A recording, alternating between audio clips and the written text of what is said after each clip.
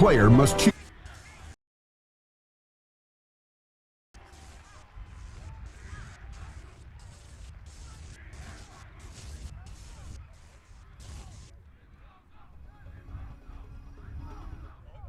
Again.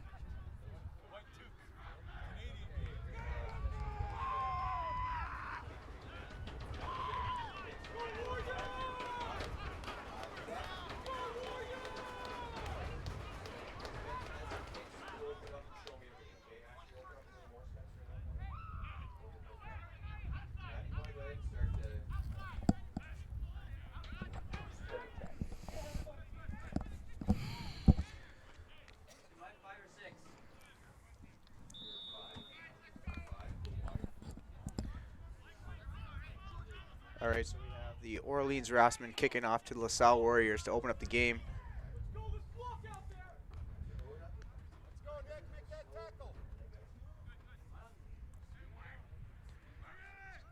Number 4 set to kick off.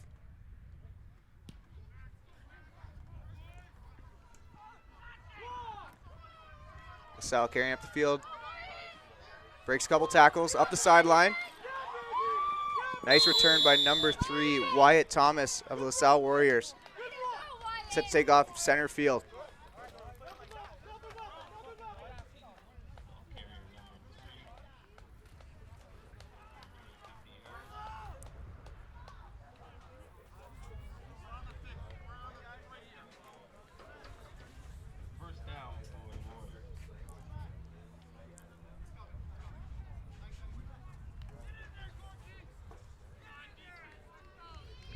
So we have 1st and 10 for the Warriors.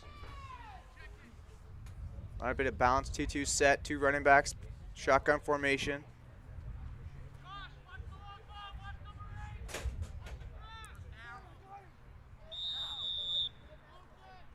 Motion, trips to the right side. High snap, handoff number 1. Good run of the play, it's about 6-7 yards on that play. We're going to 2nd and 4. Make that 2nd and 3.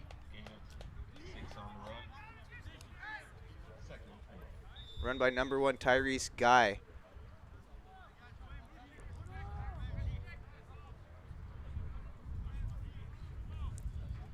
Correction, 2nd and 4 for the Warriors.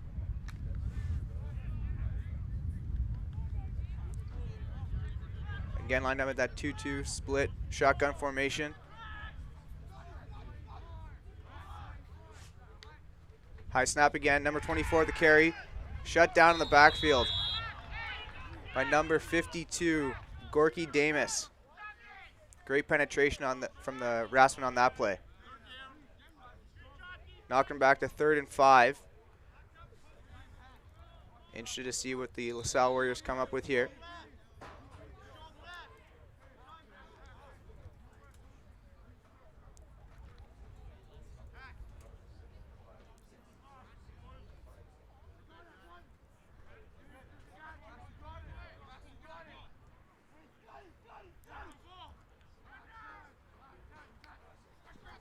Handoff fumble on the play. Picks it up again. Shut down again for no gain. Bringing up 4th down and about 5 for the Warriors. Good effort by number 1. For a gain of a half a yard. Brings up 4th and down, so clear punting situation for the Warriors here. 4 yards to go.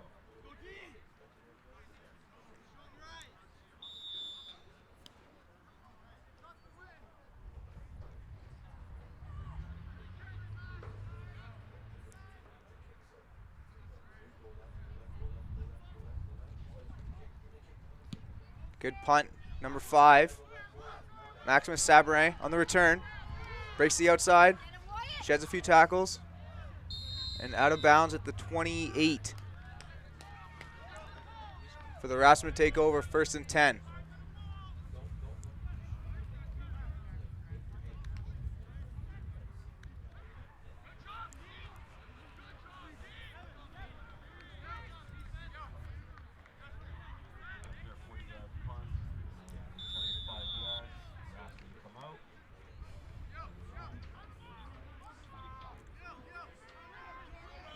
Raftsmen break the huddle in an under center formation, I formation, tight end of the right side. Handoff inside of the fullback. No gain on the play. Great stop by the Warriors. By number 57, Mika Vicoso.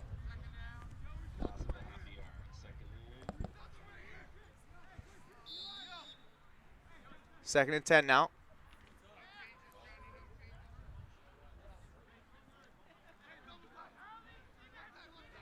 Raftsmen in a tight end left formation again under center.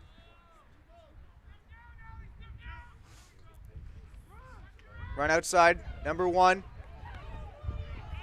Great moves in space. Good gain on the play, brings up 3rd and 4 for the Raftsmen.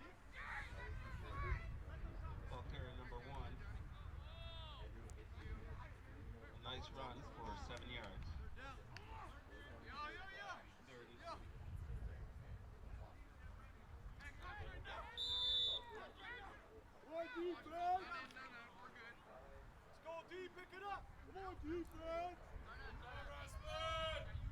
Raftsmen split back formation.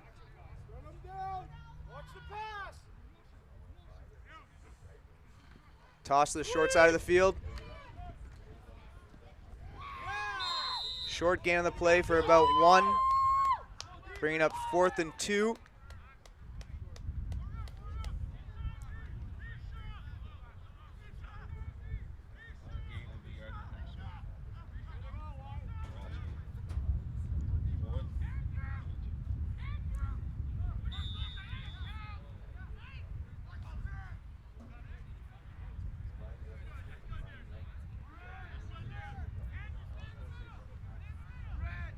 Number 5, Maximus Sabran, ready to kick the ball here. Low snap. And out of bounds. Short punt on the play. Brings up an offensive series on the LaSalle 51-yard line. 2 great defensive series for both teams. Offense is getting the jitters out now. Number 14, quarterback for LaSalle, Eric Santini. Looking to lead his offense. Establish a drive here. Trips formation to the field side.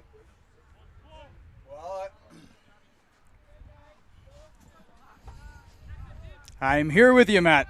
And Hey, welcome back. Oh, nice play there. number 81. We don't take ourselves too seriously at HESN, and as we're getting ready to get the stream and it goes up, somebody comes in here and takes the microphone out of the press box and crashes our whole system. So anyways, mental note, don't let anyone in the booth after a certain period of time, but here we go, 2nd down, and we're in this game, and I'm excited to be here. So let's get into it.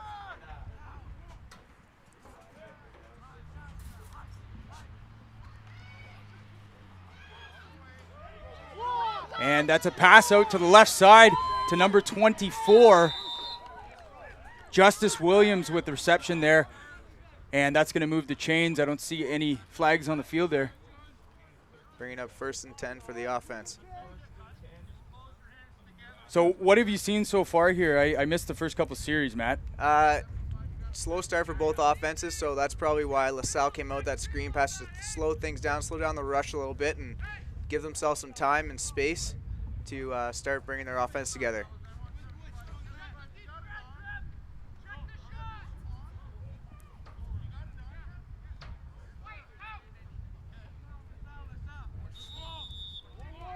Okay, so here we go. Eric John Santini under center, eye back. He's going to toss it to the left. That's number 1 who's got a bit of space, puts his head down, and it's finally pushed out of bounds by Orleans Raftsmen defensive back number 5. Gain of 4, bringing up about 2nd and 6 now. That's Max Sabrin forcing the defender. That number 1's a load, isn't he, Matt? Yeah, he's a big boy. He's He's definitely one of the clear athletes and weapons that this LaSalle offense has.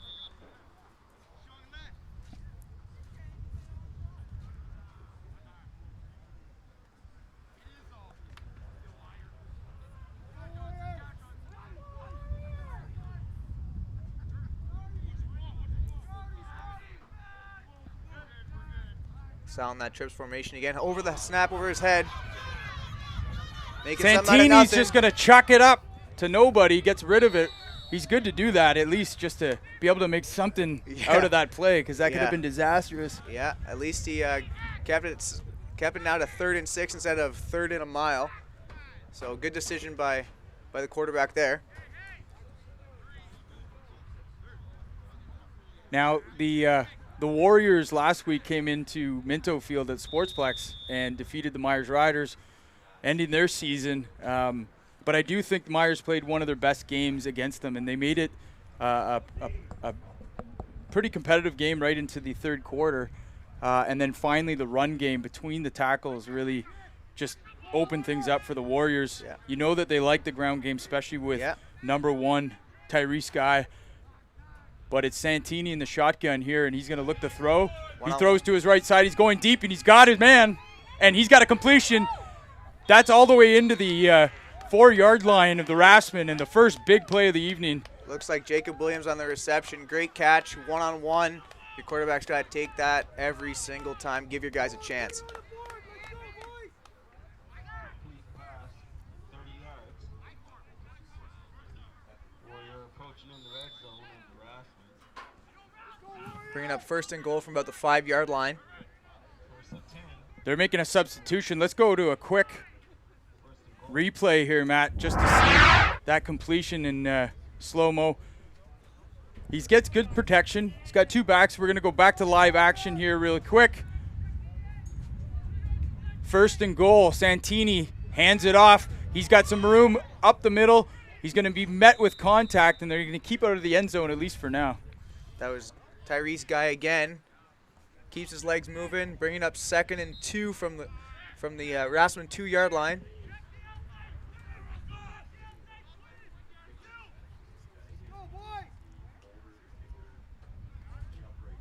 Correction, make that 2nd and goal.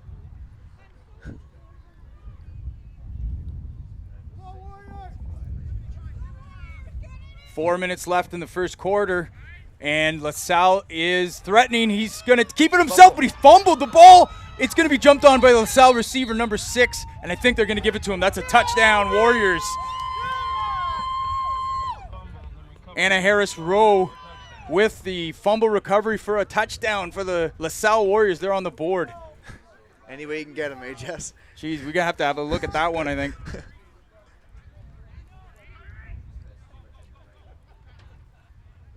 But, you know, I think what's important here for the Raftsmen is just to make sure that they don't lose their focus at this point, you know. Yeah. They're going to get the block. Kick. I think that was Sabrin again, number 5. He's doing a lot of things for this team already, playing corner, running back, Here's kicker. that replay, Matt. He just kind of, there wasn't much contained. He did fumble it before he was in, though. And just unfortunately, Raftsmen couldn't jump on that themselves. That would have been ideal.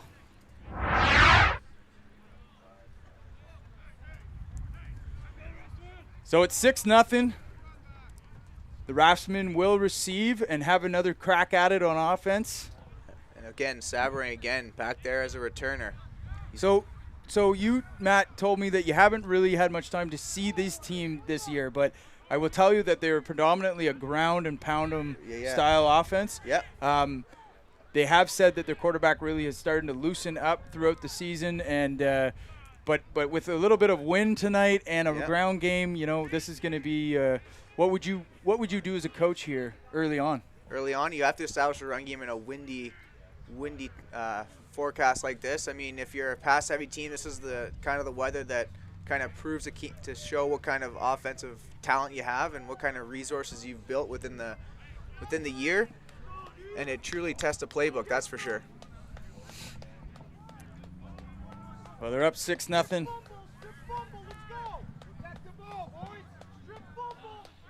And they have returned a few this season.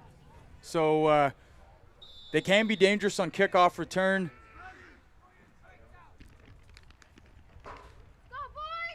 And it's a big boot down to the 10-yard line. That'll be Sabrin on the return. He shuffles his way and is finally brought down around the 26-yard line. That's where the Raftsmen will start scrimmage. Now, Sabrin has been a great player for the Raftsmen this year. He played in a Quebec private school last year. Okay. That was good for his marks and his development, he said, but he's happy to be back in the Big Ten and this midget conference. He's got a lot of good film. His highlight was released recently, and a great cornerback and return specialist. Max Sabrin is. So it's going to be 1st and 10 for the Raftsmen out of the shotgun. Pro set beside him. A little bit of movement early, and they're just going to test off the right tackle. Kingsley Joseph with the carry. Bringing up 2nd and 6 for the Raftsmen.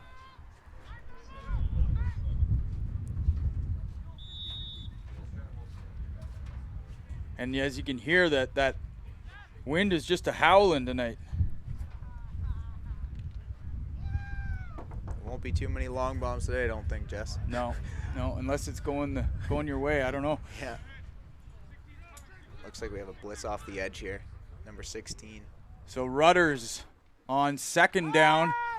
He's going to want to get rid of that. He doesn't, and they're going to blow the whistle, but that's a sack and a costly 2nd down for the Raftsmen. Great pressure by number 16, Devin Glover. We saw him line up. He was showing heat, and he went in and avoided the cut block and made a sack here.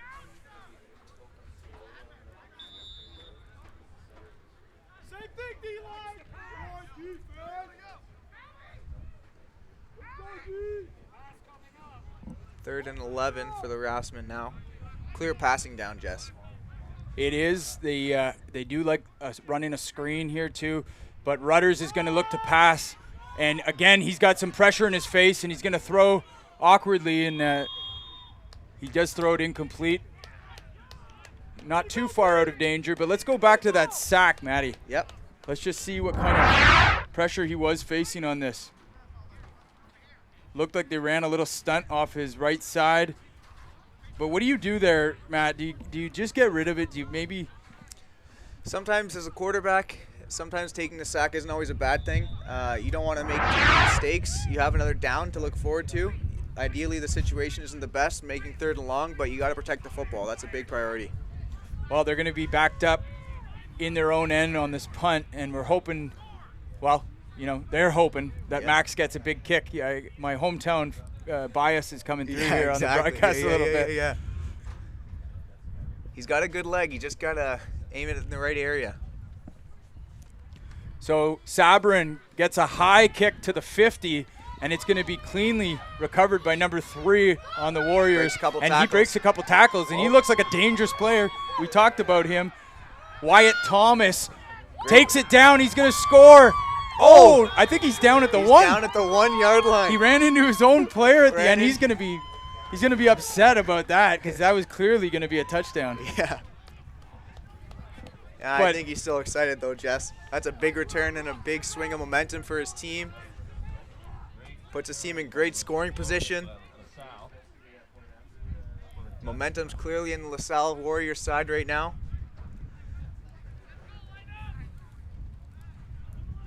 And we'll go to the replay here real quick, just because this is a pretty return.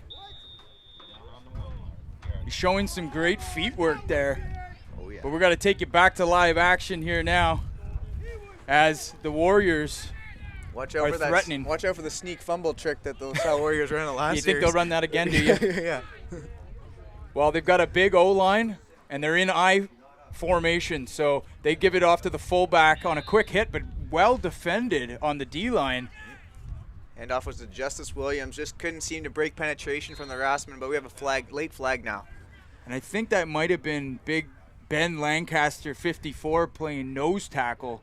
And it's funny, we know a little bit about that kid, don't we? We coached with him on our team last summer when we won the OPFL JV championship. Yeah. And he was a big part of that championship run. Yeah. But they've got him and both Jason Marion playing right in the interior of that D-line. Yeah. And that's a wise choice. That's some beef there, those 3 kids. This is the kind of formation in the down and distances where you're like, you know what, let's just throw all the big boys on the line here. Now, if they try to run it again and they get stuffed again, what would this do? Oh, it's not going to happen, though. That goes in easily. Justice Williams on the touchdown for the LaSalle Warriors as they go up and extend their lead as the seconds run out here on the first quarter. I think that was a redemption call, Jess. Justice Williams, I think he saw something in the first play, got shut down, and says, you know what, give me the ball again, because I'm going to score on this series for us.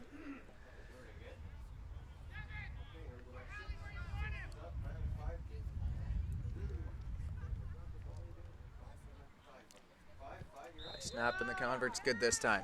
So here on the replay, they just give it off, and really there's not much that the Raftsmen can do there.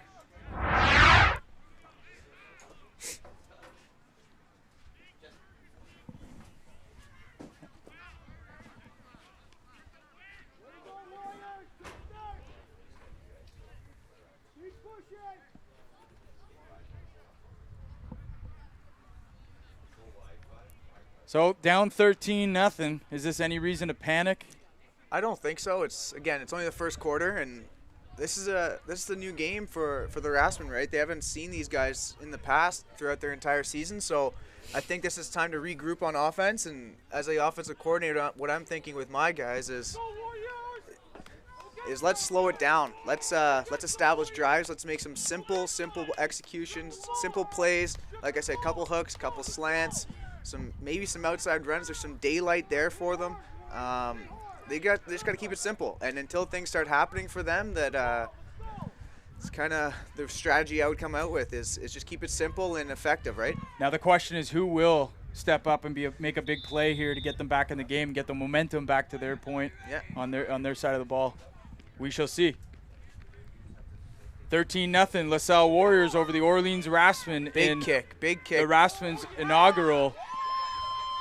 Joseph Bacca with the deep return, trying to make something out of nothing. And that'll finish off the first quarter.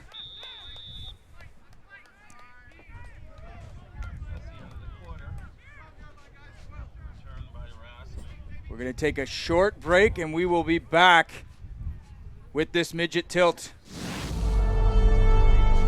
The House Edge Sports Network welcomes you to the following presentation of the National Capital Amateur Football Association. Would like to thank Watermark for its support. In the end zone, it was caught for the win!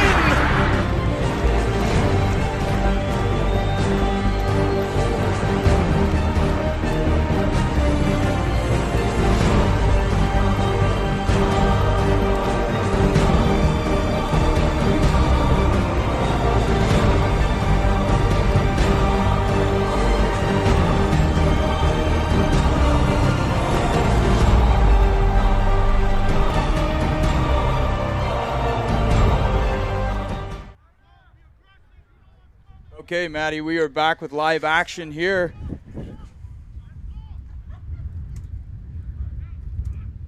Raftsmen under center again. Inside lead.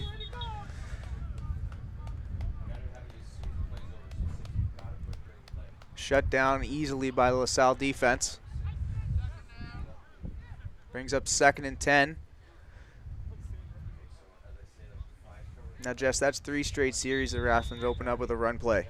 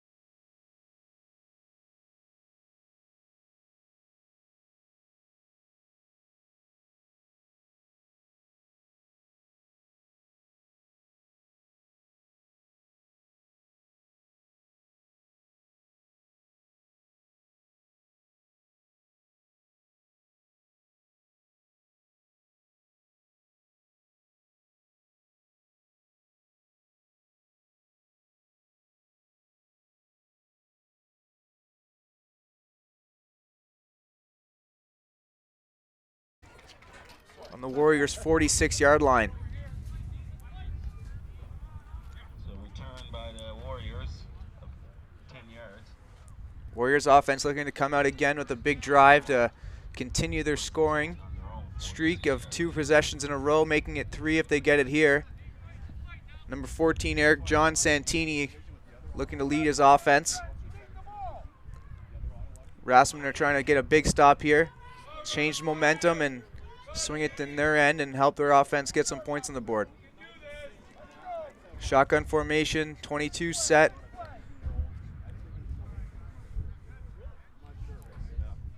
Motion over to trips to the field, number 10.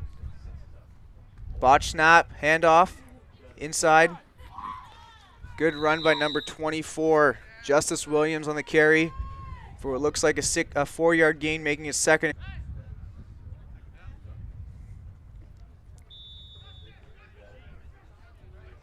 Raftsmen front 7 got to put their heads down a little bit and start penetrating through the offensive line to slow this rush down.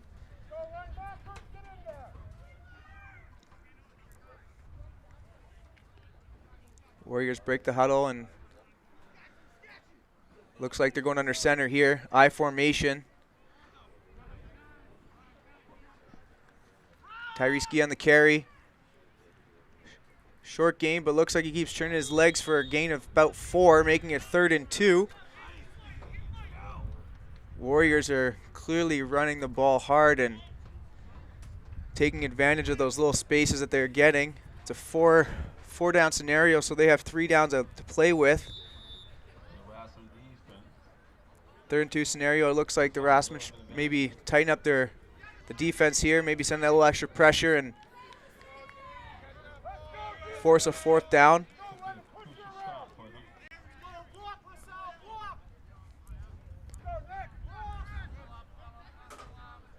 Santini under center again.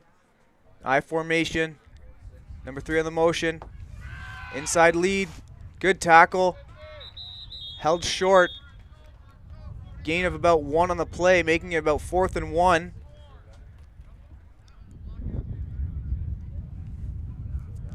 Curious to see what the decision is by LaSalle Warriors here on 4th and about 1.5, it looks like. The success they've had on the ground, and they may go for it here. They've been averaging about 4 yards a carry.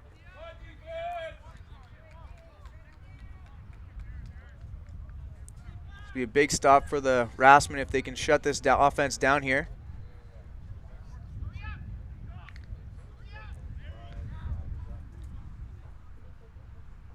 Santini under center again, I formation. Hard count coming. Audible here.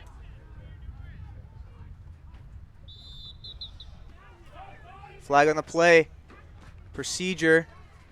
Or time count violation, Santini.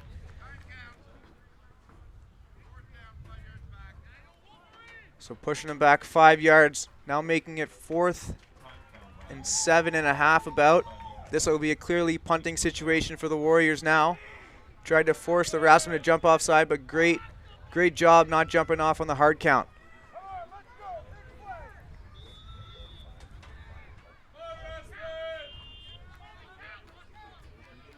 Raftsmen returners looks like Josh Baca and Max Sabarin.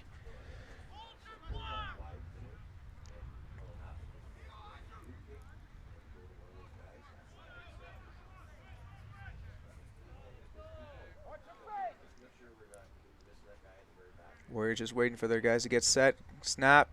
Good snap. Short punt. Caught by number 42. Good head of steam. Still on his feet. Right about the 50-yard line. Number 42 on the return, Sasha Turcott. Great return, great heads-up play just to catch the ball in the air and get upfield, giving the Raftsmen a better opportunity with some good field position now on the 50-yard line.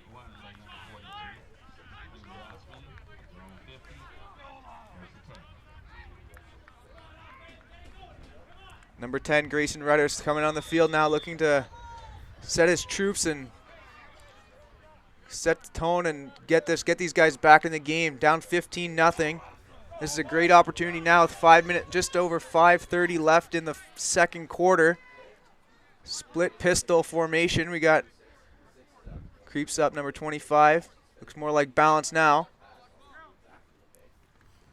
Inside handoff, fumble. Recovered by the Raftsmen. They got to tighten that hand up a little bit. You got to stay nice and close to your quarterback on that handoff. You can't get too far ahead of yourself. Make sure the ball's in the belly first. Keep your eyes up and find the space. 2nd and 12 now. Rutter's looking to make something happen here for his guys. Back under center, tight end of the boundary, I formation.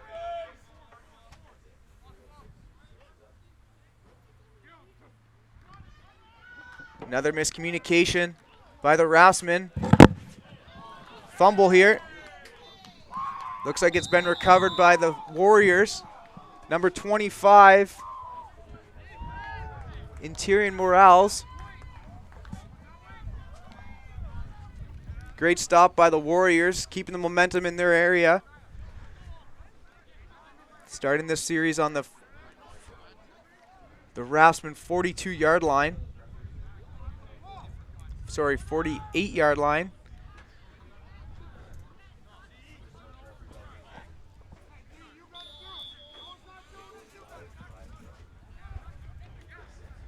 So the Raftsmen down 15-0 with 4:24 left in the half. Raftsmen should just stick to that run offense that they've been super successful with, just rotating their backs, keeping them fresh. It's a toss right to 24 again. He gets maybe 2 yards on that carry. Justice Williams again on the carry. Gain of about 2, making it 2nd and 8. And there's going to be an injured player here. He's going to take a knee. And we're going to go to a quick break while the medical staff attends to this player. And when we get back, we're going to see if the Orleans Raftsmen can get themselves back into this game. The House Edge Sports Network welcomes you to the following presentation of the National Capital Amateur Football Association.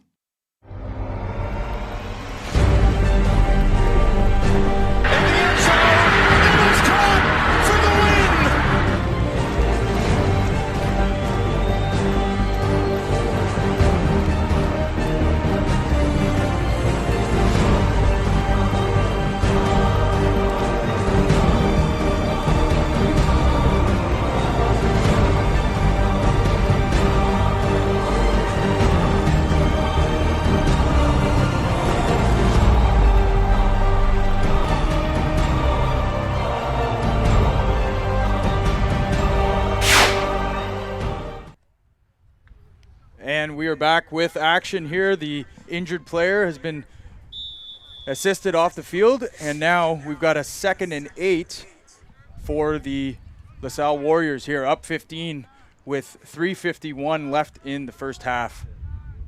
Watch out for that deep ball here, number 6. He's going to look. Santini throws to his right. Oh, and it's dropped. By Wyatt Thomas. Good attempt, good idea. Now, they wouldn't have really had much on that, maybe a yard if they had completed it. But as a defense, you know, I think the Raftsmen, if you can get into the half 15-0, yeah, you know, it's no reason to completely panic. I think they're maybe a little bit rattled by maybe the jump to the division. Maybe it's psychological, if anything. I don't know. I mean, the defense has been playing well. We have to consider that it was one big return that brought to the 1-yard line, right?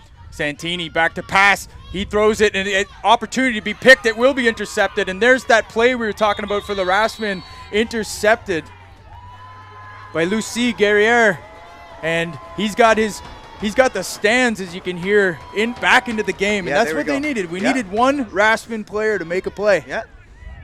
You go from there. It's a big momentum swing. Hopefully the Raftsmen offense will take full advantage.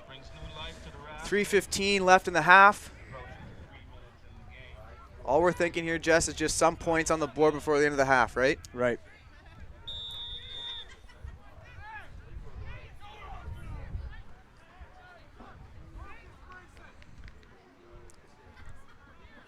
This LaSalle defense has shown up to play today, that's for sure. So let's see if the Raftsmen offense can return the favor. Move the football down the field. Toss outside. Good moves in space, and he's gone. He's got space. There it is. He's got space. Number 1. Wow, what a play. Harold Sangamir, he's a second-year midget player playing with the Bengals last year, and he's got his Raftsmen back into this game just like we said. That's right. We needed a couple big plays. There they are. Yeah. Swing of momentum, couple big plays. Again, it was only 15. Raftsmen make themselves back in the game after that long run. Great swing of momentum. Let's have a look at that after the extra point here, Matt. That's what you want to see. The Orleans Raftsmen representing NCAFA, representing Ottawa. Yeah. It's the first time in a long time, really, we've had the opportunity for a local team like this to play out of the city and have some new blood. Yeah. And they're trying to make a go of this for the fans at home. That's Patrick Mescott going to go for the extra point here. Some motion to the right. They just, and they're just going to take a delay in game, but maybe not the end of the world. I mean, it's not the end of the world, but number 89 is trying to find where the overload side is. But at some time, you have to just establish your side and set yourself and kick the extra point. Don't follow too much the defensive motion. Just set your feet.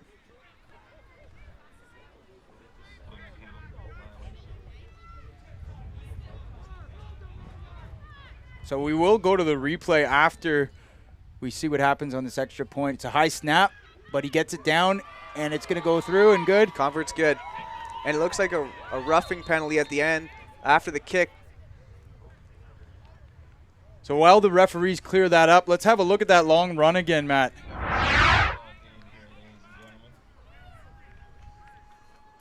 Just one or two cuts, no hesitation. That's all you're looking for and at then the it's running back position. Just burst of speed there.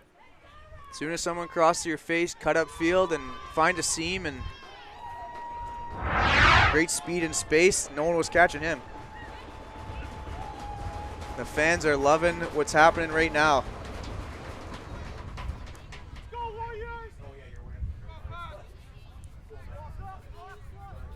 With that penalty, it looks like the Raftsmen will get to kick off from the 50.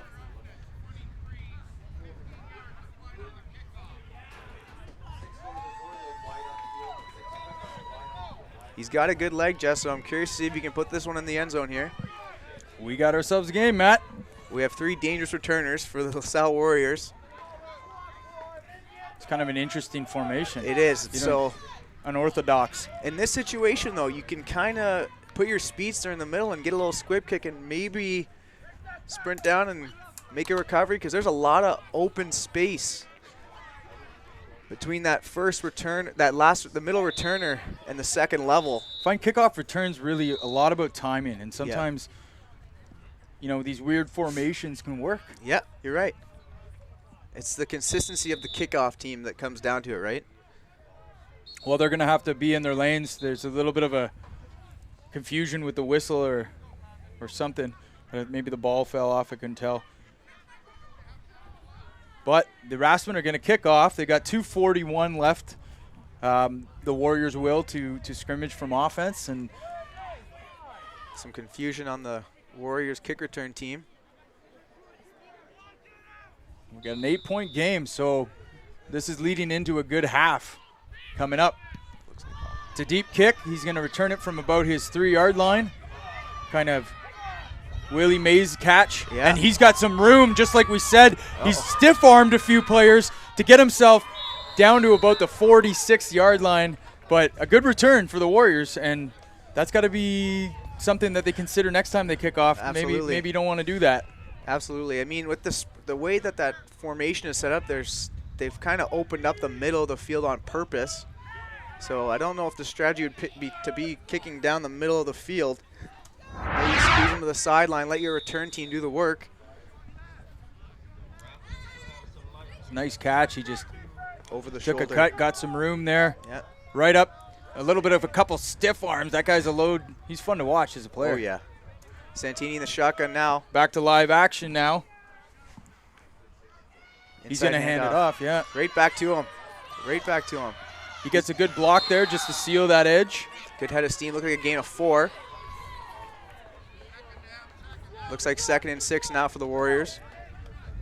So I've been impressed with the Raftsmen defense controlling the run. Absolutely. You know, they have some great players in the interior of that defense. We mentioned on the goal line there. But we also talk about Sasha, playing number 42, playing linebacker, middle linebacker. He's really just got a great nose for the ball and a very violent tackler. And he's chasing it. We got a good a head-to-head battle here between 42 and 1. Santini hands off. And there it is again, that battle you just spoke of, and great tackle in space. Just like you said, Jess. He's got a great head for the ball. His eyes are on the running back. And he wrapped up. Finished the tackle. Got to wrap up. No highlight shoulder tackles here, eh? Hey. I remember playing football with a few hockey players back in like Mosquito. The shoulder check guys. And they just didn't get it. It was so hard, you know. Hockey players would come out for a few practices and they couldn't wrap up, and they're doing a shoulder check. Yeah. And then they wouldn't be back the next night. Yeah. Complaining about some shoulder pain. Yeah. Hockey players. All right, but here we go. 3rd down. This is a big third down in the game here, really. Looks like they're gonna pass for about the 3rd time today. He does complete it to number 8, Jacob Williams, over on the left side. But he's immediately wrapped up by number 5, Sabrin, who had decent coverage, but those hooks are tough to cover. The boundary hook is one of the hardest. Especially if you're covering a guy that you're worried about his speed and getting behind you. Yep. You have to give him a little bit more of a cushion. Yeah, I agree. And then what happens, they can just kind of stop right in front of you, and it's hard to defend. Yep.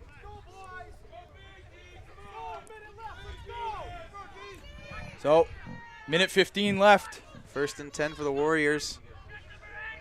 Back in the shotgun, trips formation of the field.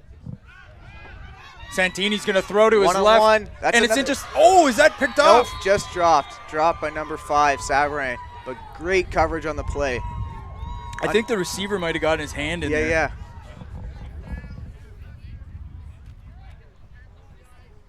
Undercut and underthrown ball is in his favor. It's too bad receivers don't get credit in those situations for a knockdown. A quarterback save, you can call it. Shotgun again. Balance formation. Now they're going to go for that hook again. This time, Sabrin hits him in the legs as he goes down. Great catch on the play. It's a nice play. Did he hang on to that? He did. He looks like he's maybe down and injured a little bit.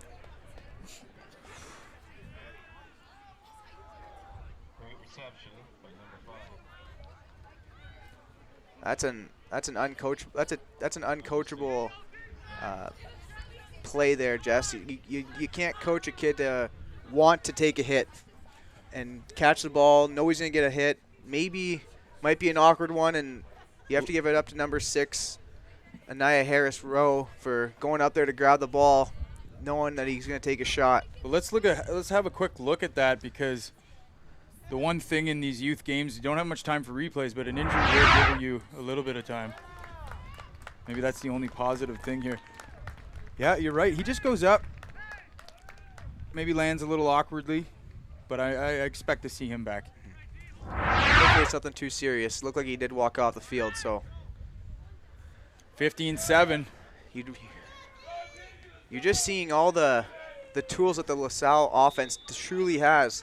They've been starting off heavy run game, but now they're in the last 2 minutes of the quarter, and they're showing that they have a strong pass game too. And they're really favoring that left side. Yeah, the weak side. Yep. In many cases here. But they're looking for more here. Yep. They got the hurry up offense going, and what do you think? Are they going to take a poke down deep? Eventually they're going to have to do it because they're creeping. Oh, a mistake there. The miscommunication. Fumble recovered by the Raftsmen. Raftsmen ball. So number 33 with the recover, Zach Buckley. So that was kind of a toss right. Running back didn't know that it was that play, and that nullifies any chance of the Warriors putting any more points on before the half, we think. That's right. You know, anything can happen, but really the Raftsmen take over with 37 seconds now. As an offensive coach, Matt, Yep. in this game for the Raftsmen, are you running the ball, you sticking to the run? Are you trying to take a shot down and get something quick, or is it a trick play time? It's, you know what, he may take a shot deep to see what he can get on the first down, because that can change the style and approach of the series. If that's the case and they don't get the deep ball here or a good pass out of it, then maybe you just take it and go into the half. But it looks like they're going down the field, and that's a pick. Oh, nearly a picked by Wyatt Thomas. He had his hands on it, and he just kind of jumbled it. So maybe you do take a second shot, Jess, but sometimes you got to just go into the half and keep it as a 15-7 game. You do have a long field to go. They do have a strong kicker, so maybe that's what they're looking for, was a late field goal. Let's have a quick look at that. Well, the team breaks the huddle. Looks like a timeout from the Raftsmen. Oh, it was a nice break on the ball, though. Yep.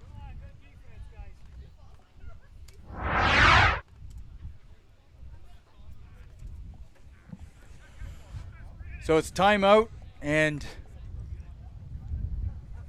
Raftsmen have kind of come on here. They've had that luck with that fumble. Yep. They nearly stood up there on the goal line on defense. They've shown signs. That big deep touchdown over top. That's right. Would like to have that back, but really, this is a ball game so far, and we got a whole other half coming up. The defense has been playing strong, like you said, Jess. Again, it was just one big play. Yep. It was one big play. So like we said at the start of this telecast, we want to apologize for the interruption. We've been having some technical issues here tonight. Last night was perfect. I don't know, it's one of those things. Gremlins get in the machines sometimes. Yeah. But if the winner of this team will go on to enter the QMFL Midget 10 playoffs in the Quebec side against the number 1 ranked Sun Youth Hornets. Right. So that will be a tall task for any team. Really, the 2 undefeated teams right now are West Ottawa and the Hornets. But right now, the 7th ranked versus the 8th ranked in the Big Ten. He's got a shot. Just overthrown, but. Oh, and a couple players a little tangled up here. I think their face masks got tangled up. Yeah. But just a little bit outside of his reach. Now, I think the DB got in his path, and you can kind of get your hand on his thigh and slow him down, choke him up a little bit. I think that was a really well played deep ball by the defensive back, and that was Wyatt Thomas again over there, number 3, that almost had the pick a couple plays ago.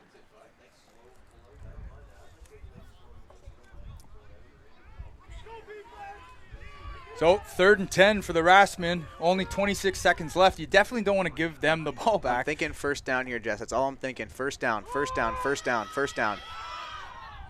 And that's number 1. Harold that comes up now. A little bit of pushing and shoving. Raftsmen have been a very disciplined team this year. That's one thing I'll say. Ron Raymond runs a really tight ship. Yep. He doesn't like to put up with any of that crap, Nope. So the Raftsmen have been really good with that sort of stuff, and I expect that to continue tonight. 4th and 4 here. Punting situation, but they have some dangerous returners back there, Jess. You got to believe now. Max Sabern is a great punter. Now they can just wait it out. But I think that would be the smartest thing here. You don't want to let this one go. I wouldn't snap the ball here. You want to just there's there a you fake go. that works too, and No time on the clock. good call. Take a shot. And that's okay. That's okay. Josh Baca, that's at least going to end the half Yep. without any sort of issues or any risks taken. Right.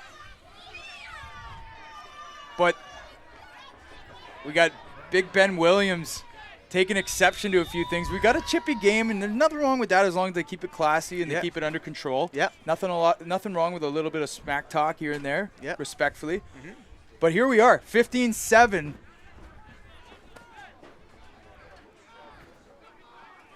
Uh-oh. Oh, just as I said that, eh? Yeah, just as he said that. Some late flags under the half. Well, nothing to really see there. 15-7. The Raftsmen have come back. It looked a little shaky there, Matt, at the start of the second quarter. But they've come back. They're in this game. What sort of adjustments do you make on offense if you're the Raftsmen here? I think that they just need to open up the pass game a little bit. Some more quick hitters. Underneath, they got some strong DBs on that Warriors defense. As you can see, there's almost a few picks that could have went the other way. Some dangerous plays in the late stages of the second quarter. I think if they keep it simple, shorten up the passes, get their quarterback comfortable. Like you said, it was a nerve-wracking game, maybe with some shaky start, being nervous, going up against a team they never played before. But it looks like they're kind of honing in. It looks like they're settling down. And they had a big run. It was maybe a stretch or a toss up the right side that went for the touchdown. So the run game, I think, is in good shape. Yeah, I agree. Now, as a defense, though, I think they're going to maybe rely more. They're going to maybe bring the safety down a little bit, plug up the run, and make sure that they can't win it with the run. And when they do that, it is going to force the Raftsmen to go to the air and you know, the question is, are they capable of doing that as a team? For sure. And that's why I said kind of try to keep it simple, right? If they do bring up the safety and they do start playing more man-to-man press coverage, because it looks like they have the tools to do it, keep it simple, keep it short, maybe some crosses underneath, quick hooks, find your open guy. But that's from the Raftsmen perspective. From an offense perspective on the Warriors side, I think don't be shy if they're going to come out and throw the ball a little bit more in the second half. They've shown in the late stage of the second quarter that they can really throw the ball, and I'm kind of curious to see how they mix up their offense. Well, they've got, you know, I don't think that would be the worst thing from an Orleans standpoint, because they do have some ball hawks back there. Josh Baca playing safety. He has great range from side to side. And Max Sabrin, we've talked about, as a punter, a returner, and a cornerback. He was right there on a few of those hooks in front of his face. Maybe one of those passes is a little delayed and he takes one. Yeah, exactly. Don't go anywhere. I'm Jesse Card with Matt Chartier, calling the game here, the Midget Big Ten NCAFA special presentation. We're going to be back, and we'll have the second half for you, 15-7 right now.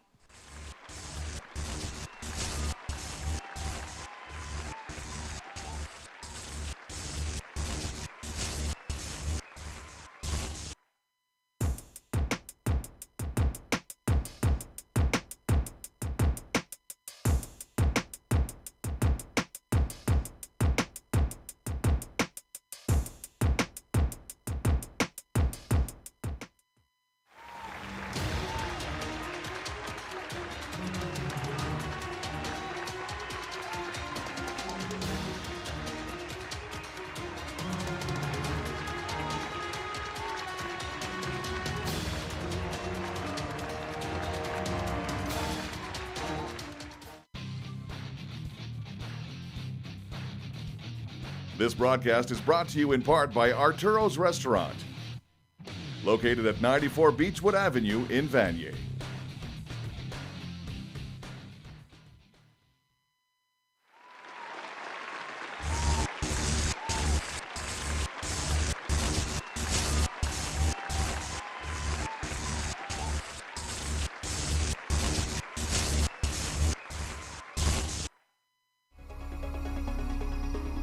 HESN would like to thank Abley Productions for its support of this broadcast. The House Edge Sports Network would like to thank Cora's Restaurant on Saint Laurent for its support of this broadcast. This broadcast is brought to you in part by House Edge Media. House Edge Media is a creative marketing agency based in Ottawa that helps businesses innovate and automate their digital marketing activities. Visit them at houseedgemedia.com. The House Edge Sports Network and Ottawa City Councillor Tim Tierney will be teaming up to develop and offer media boot camps for youth interested in learning more about a career in sports and live entertainment broadcasting. Be sure to subscribe to their HESN YouTube channel. The House Edge Sports Network would like to thank Watermart for its support of HESN.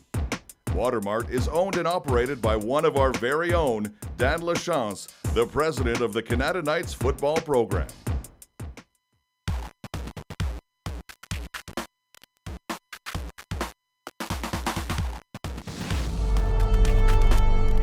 House Edge Sports Network welcomes you to the following presentation of the National Capital Amateur Football Association.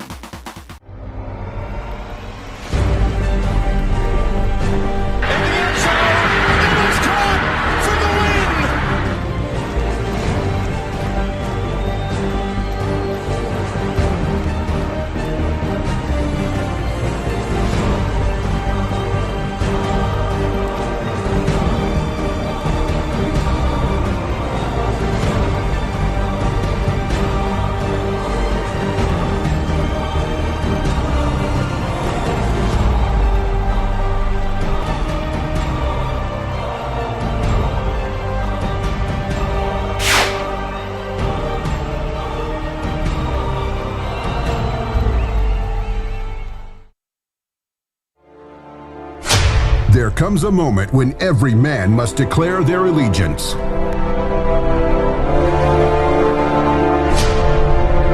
Every player must choose a team.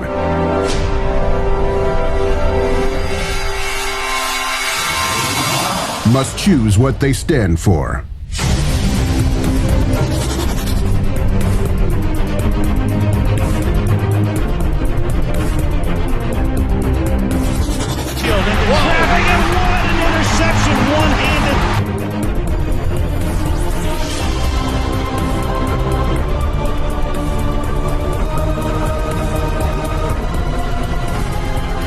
September, finish where you started. Finish NCAFA Midget. Inside bound, and it is a touchdown. All games filmed.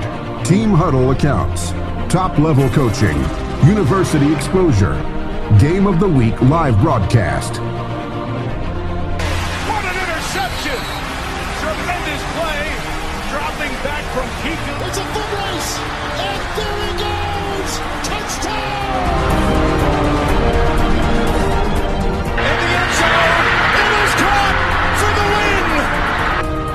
Some time. Deep shot from Parker.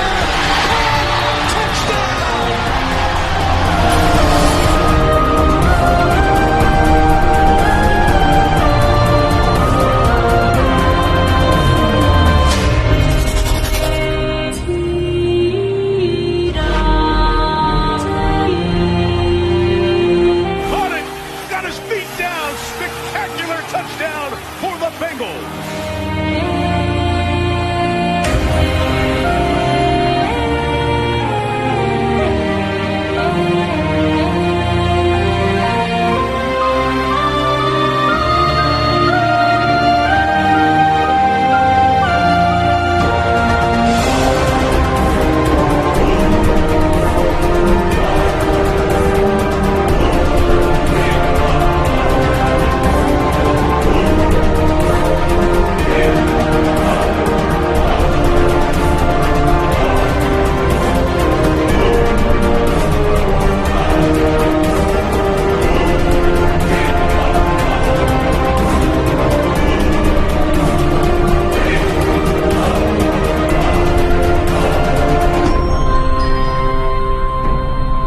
September, finish where you started. Finish NCAFA Midget.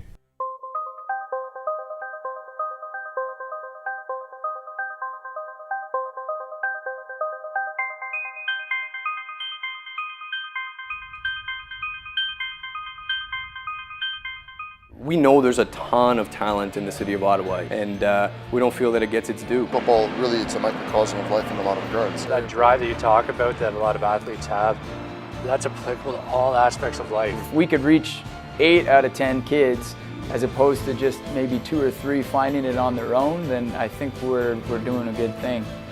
And maybe more kids will go on to finding some other opportunities and will gain some additional self-esteem along the way. And in some kids' lives, that could mean all the difference.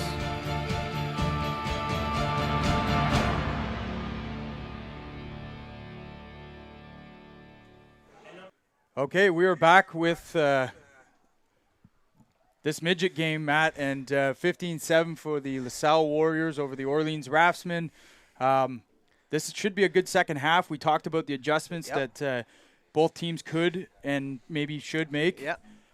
Certainly something that they should consider. And You know, this really is great to see in this Ottawa League, right? We've talked about the benefits, but as coaches that we've both coached in NCAFA, you're a 2-time A-Cup championship head coach with the Bel-Air Lions. We've won the JV championship in the OPFL. Right. And it's a huge time commitment to play in the summer. And truthfully, as life goes on and things change in your life, it's nice to have a really competitive league with local guys that we grew up like coaching and supporting. Now to be 16, 17, and 18 years old and being able to travel to Montreal to play these teams, this is great. This is great, especially to see coaches that have coached me, especially on this Raftsmen coaching staff. Coach Nelly and Coach Raymond both coached me when I played midget, and it was nothing like this. And I'm really glad to be part of it, and it's great to see the growth that this league is going with, and I'm excited to see how it plays out. And just overall, I'm really happy with how this season has turned out, and I'm just getting great feedback from everybody. Yeah, absolutely. This lead up, really, this is the first playoff game, right? So yeah, we're gonna exactly. There's a wild card game. I always love the wild card games in the NFL too. But think about how big this interprovincial bowl is going to be.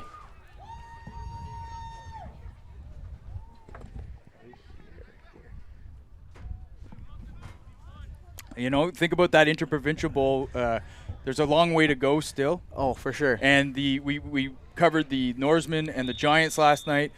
A week ago, the Giants won 26-23 over the Norsemen. Last night, the Norsemen win.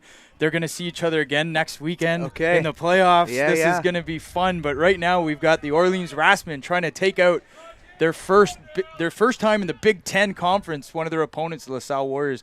They're going to hand off up the middle. Number one with space. He's got a few. He spins, but he's a strong runner, that kid. 2nd and 2 now. That's Tyrese Guy with the carry, but a strong tackle by number 32 on the Raftsmen, Ralph Mitchell. He just kind of hung on for dear life. Yeah. And I just want to give a shout out here of the incoming president of the Orleans Bengals. Yep. George has done just a fantastic job of taking the risk of entering this new team. Yep. You know, the old regime, Chili Johnson and Aldej have helped along the way. Yep. They've supported this, and they're all really starting to, they're taking, they're all enjoying this, is what I'm trying to say. Like, this is beautiful on a great hit. Saturday night. That was a nice hit. That's 32. Again, Ralph Mitchell. He was in on the last one, too. I think that was a little bit of a payback shot for getting carried for a couple of yards. Possibly. For all those joining us all over the province, all over the world, and in the Montreal and Quebec leagues, thanks for joining us on HESN Live. Please go ahead and support us by liking the Facebook page. Go to the NCAFA page and like it, and also the HESN Facebook page, Twitter, Instagram, and visit the website to read a little bit more about us. It's a handoff to Guy again. Great job shedding that block by 52. It's just, that's a strong runner. You know who he reminds me of, Matt? Who's that? Priest Holmes.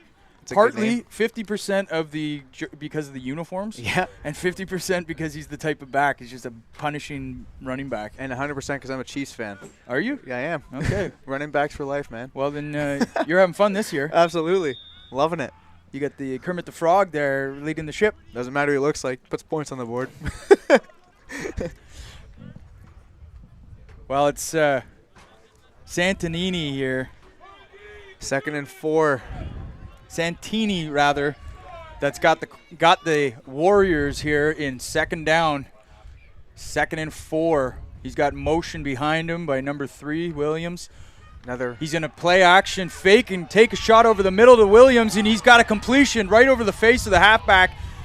He is going to be caught up by Baca eventually, but nice play. Sorry, that's Wyatt Thomas, rather, not Williams. My mistake. Like I said, Jess, don't be shy. Don't be shy if they start doing that kind of those passes in the middle of the field more often. They have a very, very strong receiving core that we saw towards the end of the half. So new fresh set of downs for the Warriors. As you can see, the Raftsmen are playing really tight. They're playing really uptight right now, and that's from an offensive passing perspective, that's nice to see. It's a toss left to Guy. And Great job. It's nice play on Great job. defense to 52. keep that to 2 yards. But another late flag, and both these teams having trouble kind of keeping everything under control. The refs have their work cut out for them tonight. But it's playoff football, right? It's an emotional game right now, Jess. The Warriors are proven to be the team saying, you know what, no, we belong in the Big Ten. Right. And the Raftsmen are saying, you know what, we played in the second division, but we still belong here too. So there's a lot of. That's exactly what's going on here. You nailed it. And you know what? It's, the testosterone's running in these boys. They're right at the age there where they've got something to prove. Yep. 16 and 17. But it's going to be on the Raftsmen. You don't want to see penalties be the deciding factor of a game like this, Jess. No, you don't. And Cliff is warning the Warriors huddle for not cheering while the penalty was called, just as a kind of a taunting warning. But this is the game we have here right now. Santini, 2 backs in the backfield beside him. Trips He's going to again. look to pass to his left. He's going to look for his release valve by Guy. It was a good idea. He would have had space. He would, yeah. I think he might have just wanted to kind of like fade off. Yeah, exactly. Fade that one off, Yep. but he had pressure in his face, so can't blame him for that arid throw. It was the right decision, though. That's what you want to see from the quarterback. He made the right decision to get it to the running back. So 2nd and 10, 8 minutes left in the third quarter. Still lots of time, but they're down on the Raftsmen 30-yard line. Careful number 6 around here. This is a big series right now. I agree. Careful number 6 here. We saw him down towards the side of the field on that deep ball.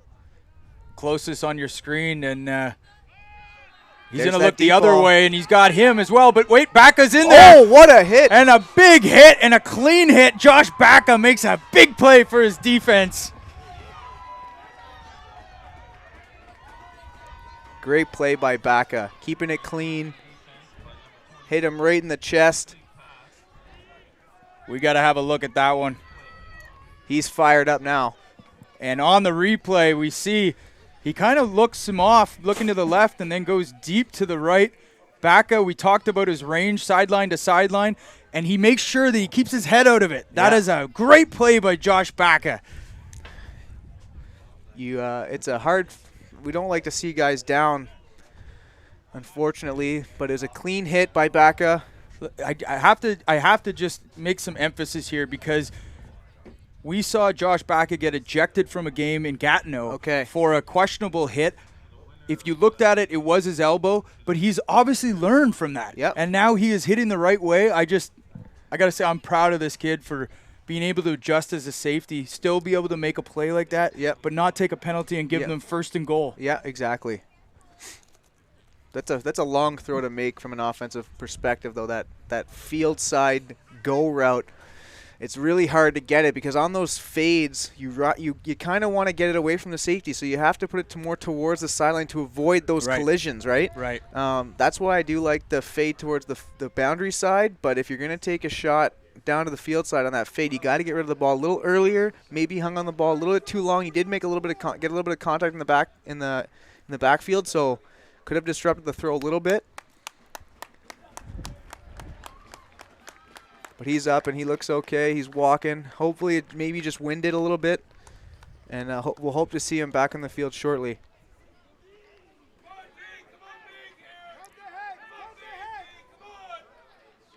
I just think that's a great play. That's bigger than it appeared to be on so many levels. Agreed. So that gives them, is this 3rd down here? Yeah, it's got to be 3rd and 10 now. And a critical 3rd down for both teams at this stage in the game. Yep. And you saw we just want to hold them to a field goal, or at least a field goal attempt. Motion, that's Thomas making it a 3 set to the strong side. They're going to go deep to 6 like you called it. And a nice play there. Good coverage both by Sabrin and Bacca again, showing the range. That's a risky pair to throw on. Well, we talked about if they load the box and they go to the air, they got to be dangerous because there's some ball hawks back there. That's right.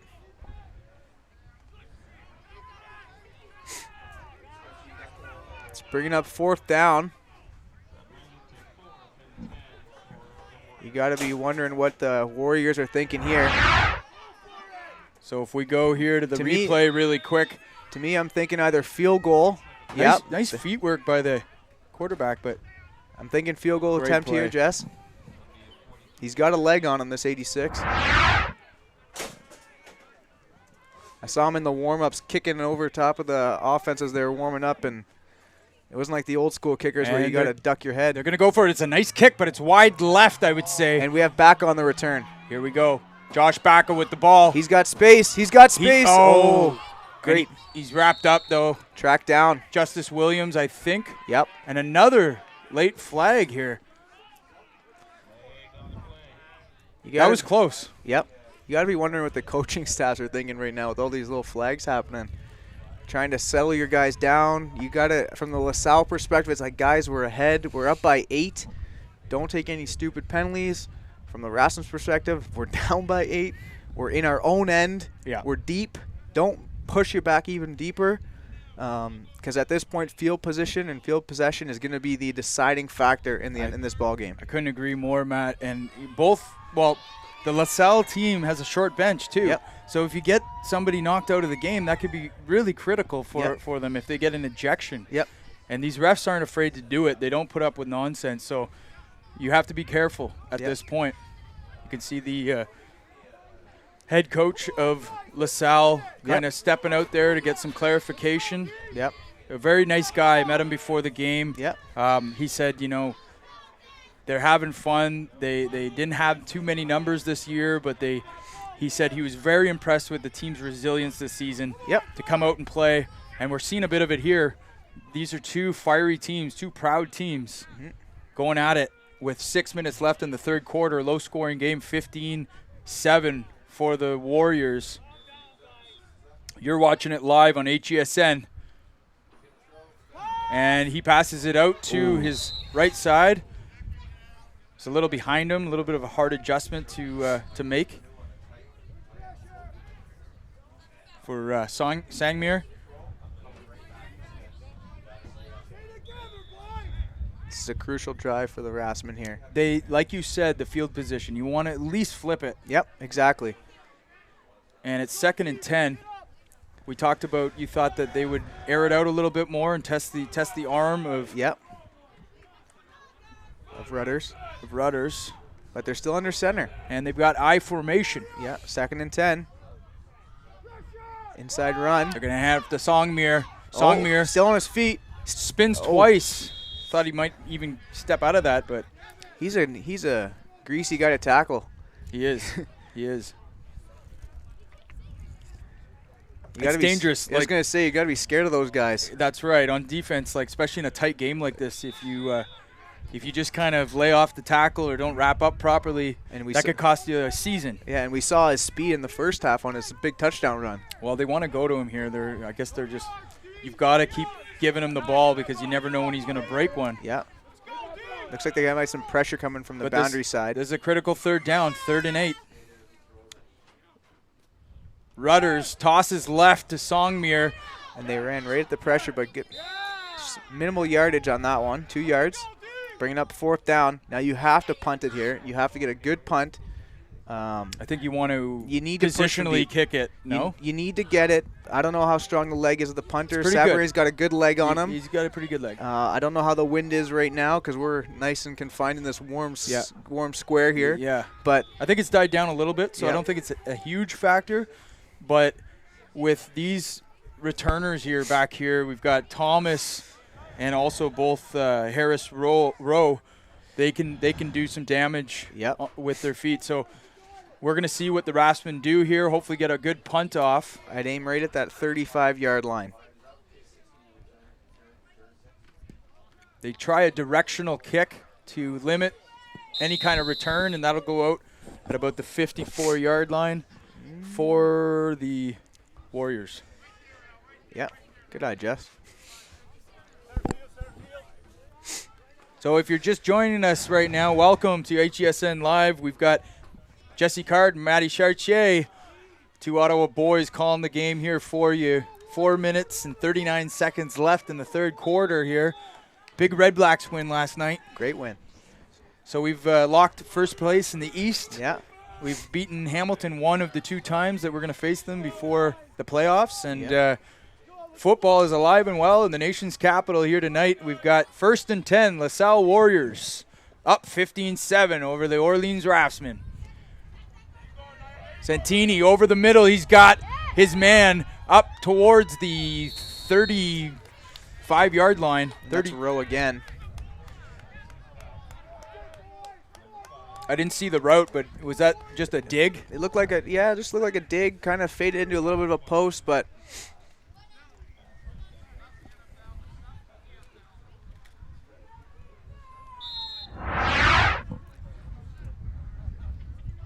now you got to be wondering what the Raftsmen are thinking here. LaSalle's come out with a good mix of offense in this half, keeping their opponents on their toes. Got kind of a tight formation at the bottom of your screen. Looked like they tried to do this last time. Looked like a little hitch pattern that they kind of tried to set up. But they just hand off to Guy and let him rumble his way for about 3 yards. Yep. Setting up a 2nd and 7. Even if they're running their same offense, just that look alone kind of starts to get the defense thinking, like, unsettles them. You know what I mean? It's like you can run your same offense with a different look, and I think people underutilize that. Are you a fan as a coach to, like you said, just throw little wrinkles or maybe just change little things? It's structurally the same play. Yep. But you just throw little wrinkles. I'll tell you right now. Different positions or different formations. When I created offenses, I had the exact same plays in retrospect. Obviously some fine-tuning, of course. But I had essentially the same plays, just different look. And people did different things. Even then, it was still the same kind of combos or something. It just was a different spread. Santini just gets rid of it and throws it away. And I felt it simplified the offense for the kids, but it also opened up our opportunities. So it gave, again, the different look aspect. I remember the story. I listened to Stefan Potasic, who at the time was transferring from offensive coordinator from Laurier Golden Hawks to head coach as the McMaster Marauders, and he told a story about a critical 3rd and 20 or 3rd and 15 in the Vanier Cup to get them into field position, and it was their best play that they chose, but instead of one receiver running the post, they waggled him down and they ran the post with a different guy, and it was enough to work, and they set up field goal and won the Vanier in 2005. Yeah, we called that just like a simple, whatever we called the play, just added the word switch to it. Right. And it's just, again, same idea, like you said, just same play, just the 2 guys switched responsibilities. That's right. So that's all it was. Well, we'll see what these 2 offenses have. The Warriors have the ball right now. Santini just throws it to his release valve on a swing pass to Guy. We saw that earlier, but this defense has been really stingent. Well, Sasha Turcotte's been great eyeing the ball, keeping his eyes on that running back. But the LaSalle Warriors have been kind of hitting that, like, almost like deep to mid 3rd in the center field, right? So they've been kind of attacking that aspect of the defense on those drags and posts. So I'm really wondering how our safety's going to our Raftsmen safety's going to respond. He's playing pretty deep right now, as you can see. Yeah. So he's able to adapt to the deep ball, but those short posts are what's killing them right now. Well, and they're going for it again, just like you called it. It was dropped by Rowe there, but he was wide open and like you said, it was right in front of the face of Baca. That's right. So maybe he's playing a little too deep. He's got to key on those wide receivers a little bit more. Yeah. And I don't think on the strong side, I have to look at the replay, but was there a slot back even running something, or was it kind of ISO'd there?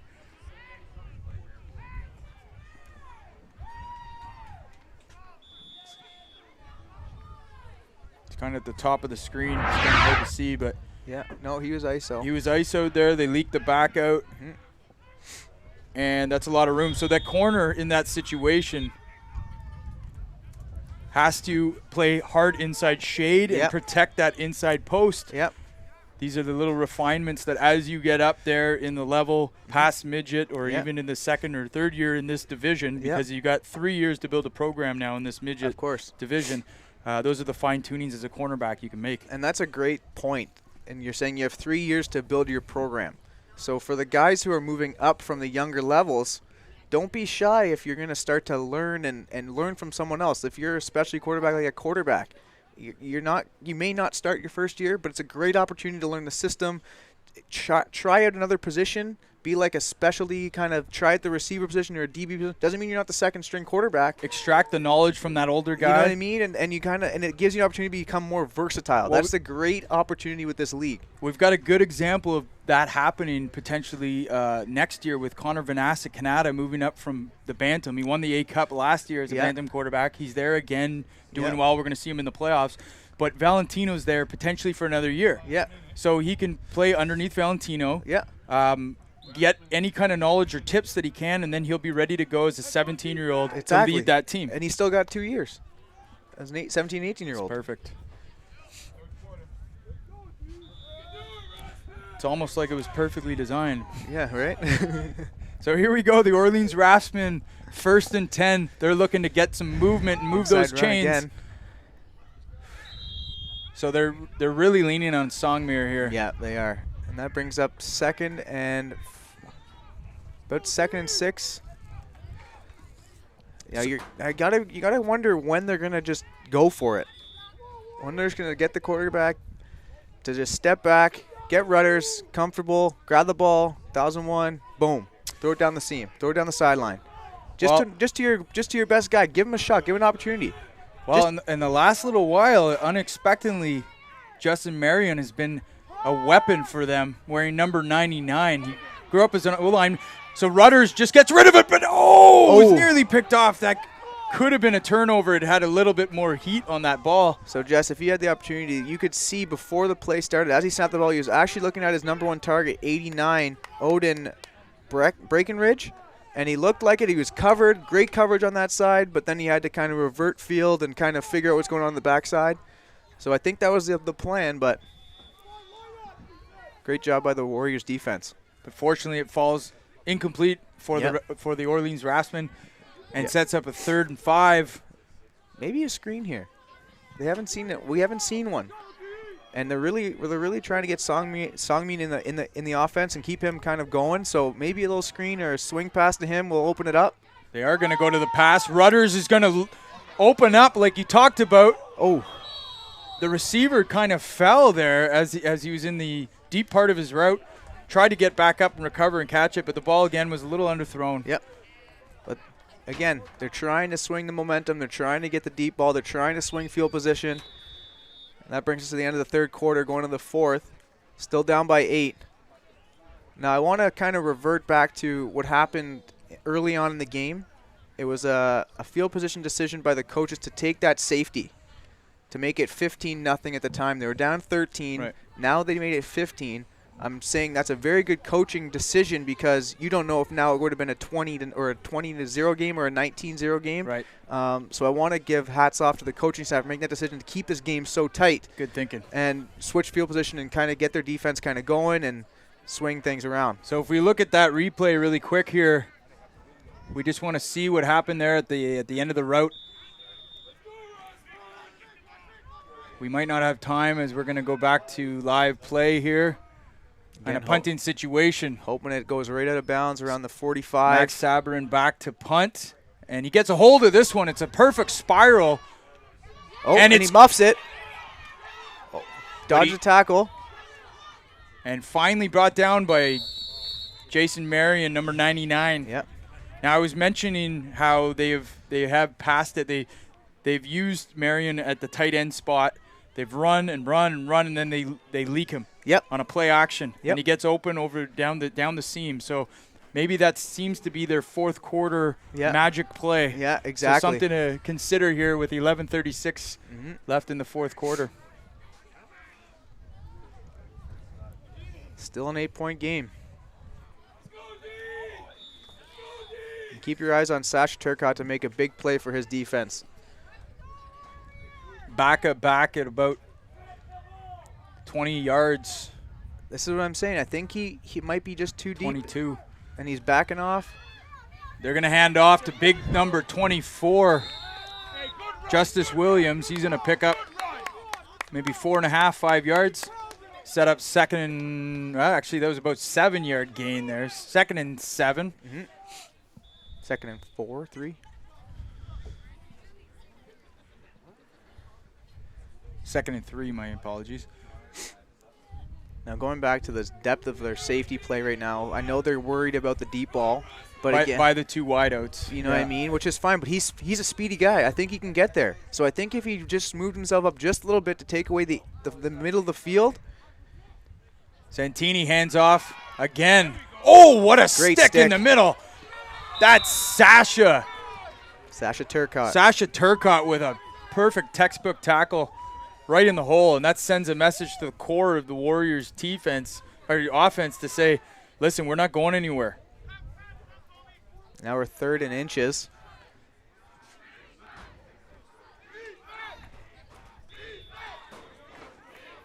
What are you thinking here, Jess? Quarterback sneak, fullback dive to Williams. I'd be careful that they're going to take a shot. You think so, eh? I think they're going to go play action and try to end this game here and now. Look at number 6 to the bottom of the screen. Toss, it's a toss outside, right. Streaked up, great tackle. Oh, what a great play job. by the defense. Great Orleans job, Raftsmen defense. come up and stuff that sweep. Damus with the tackle. Sabrin looking for some love on the field. Sabrin was in there too, and that is just a big defensive stand on 3rd and 1, and that really is could be a turning point in the game. It doesn't take much, but not only does that rejuvenate your sideline. Yep. It forces now a punting situation, right? So it's 4th and 4. And that's why I was saying maybe that's the time to take a shot. You always got 4th down if you got nothing there. And now again, as the Warriors, you're thinking it's 4th quarter, just over 9.5 left in the game. Put them deep, make them play. And that's Josh Baca to return. He's a dangerous kid. He returned 2 touchdowns in the Pee Wee A-Cup Championship for the North Gloucester That's no Giants. yards, no yards. And he's got space. Oh, the ball came out, loose. and that stayed in play. That's a wonky strip. I've never seen that before. But it's going to go back to the Raftsmen anyways on a no yards call. Justice William recovers it, but you're right. There's a no yards. So thankfully for the Orleans Raftsmen, they're going to sort that call out here. But that was an incredible strip. Yeah. The force that he had to get that ball 15 yards up in the air.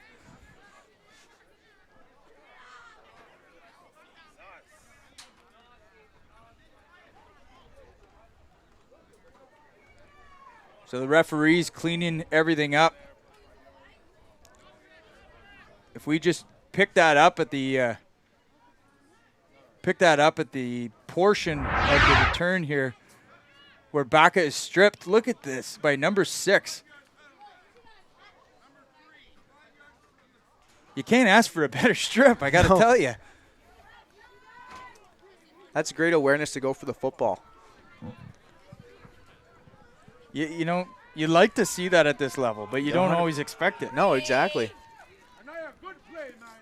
It was a great play. Unfortunately, just took the result of the play was in the Raftsmen favor, but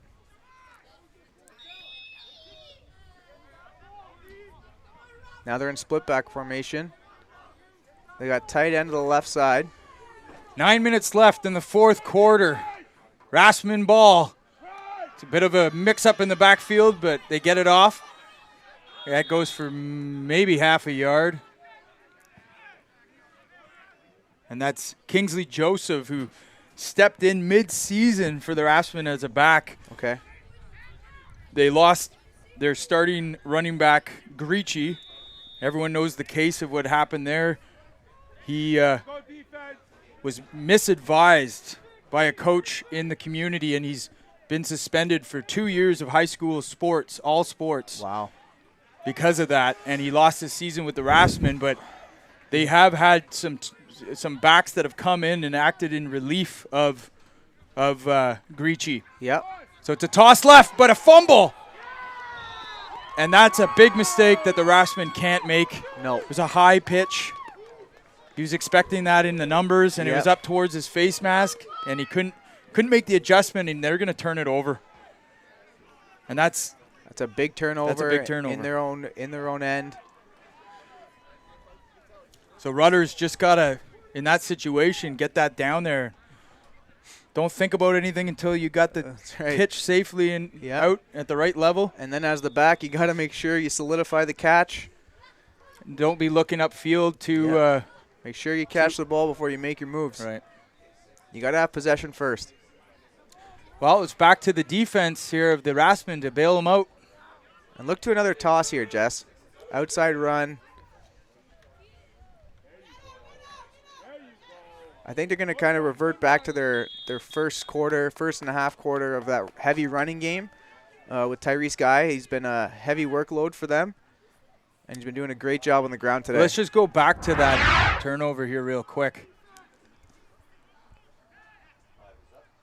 He almost handled it, but just kind of in and out of his hands.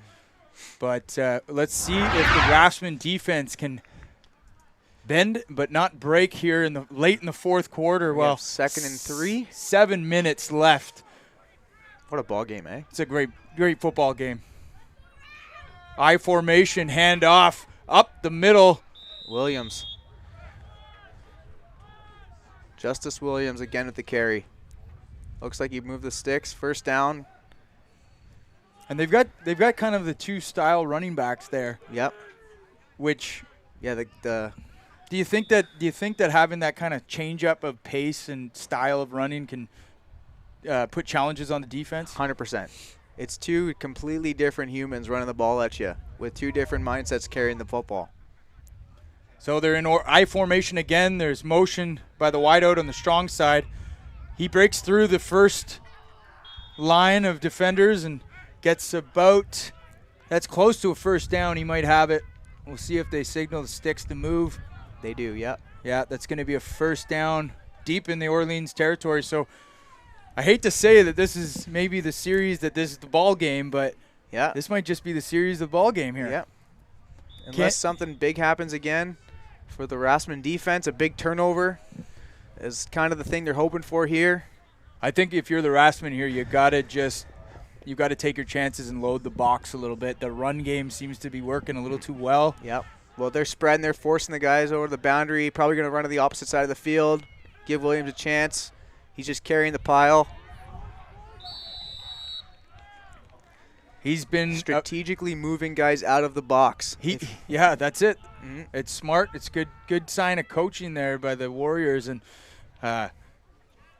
if it's not broken, don't fix it. Yeah. They're feeding this number 24, Justice Williams, all day, and he's been carrying not only the Orleans defense on some of these runs, but the whole Warriors team. Yeah.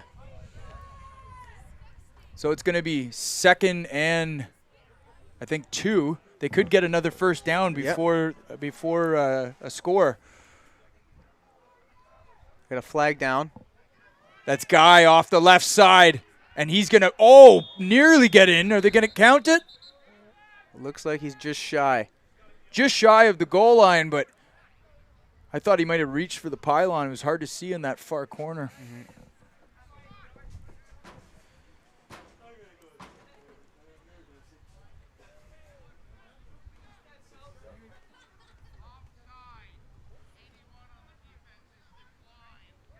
So offside by the Raftsmen, declined by the LaSalle Warriors. They're going to be 1st and goal from the 1-yard line. So if we have a look at this here, the Raftsmen do a good job. I would like to see that halfback get off the block and recognize run a little sooner. Yep.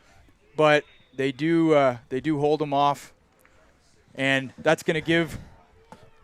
Look for Justice Williams here down on the 1-yard line.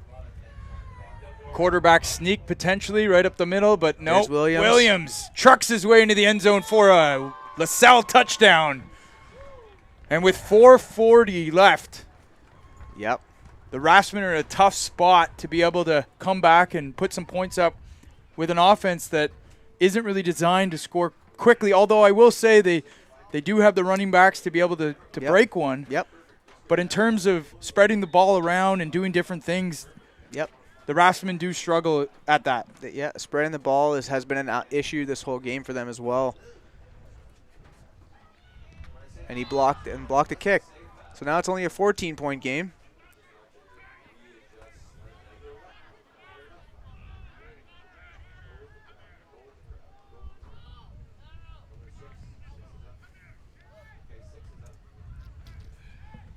So 21-7 for the LaSalle Warriors, a team in the Big Ten Midget Conference playing the new upstart Orleans Raftsmen, who have jumped from the QMFL second division conference up to the Big Ten, and they're holding, they're punching above their weight here tonight. If you're joining us here, we hope you have enjoyed the broadcast. We are going to have playoff NCAFA football for you leading up to the A Cup and B Cup championships early November, and then the winners of those teams from the Mosquito, Pee-wee, Bantam, and Midget will be in Montreal for the second annual Interprovincial Bowl Series. Great. It's a great partnership we've developed with these guys.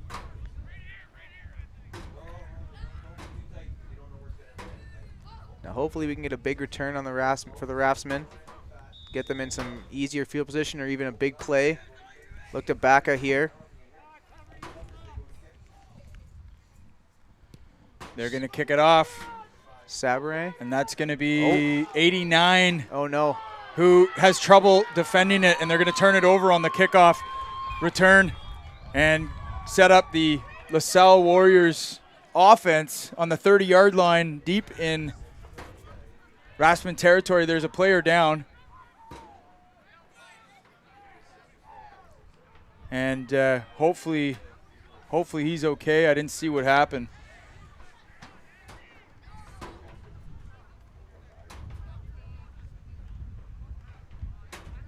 But it's funny how games can just kind of turn quickly. Oh, yeah.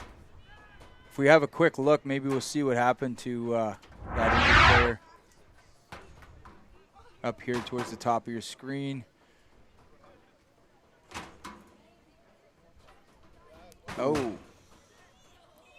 Took a big hit. That was Sasha in on that.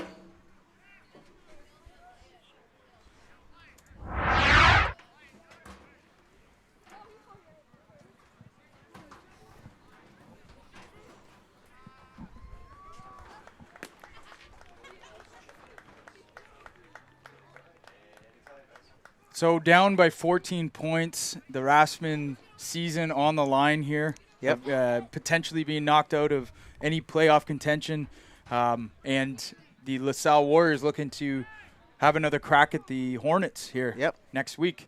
But still, we got four and a half minutes left. Anything's possible in this Canadian game. We are playing 4 downs in the Midget League, but we're going to take you back to field side for the conclusion of this game. It's been a good one, though. It's been a good one. It shows the true character of the Raftsmen to hang in there for this long. I formation. They're going to hand it off, keep the ball on the ground. And a good tackle again.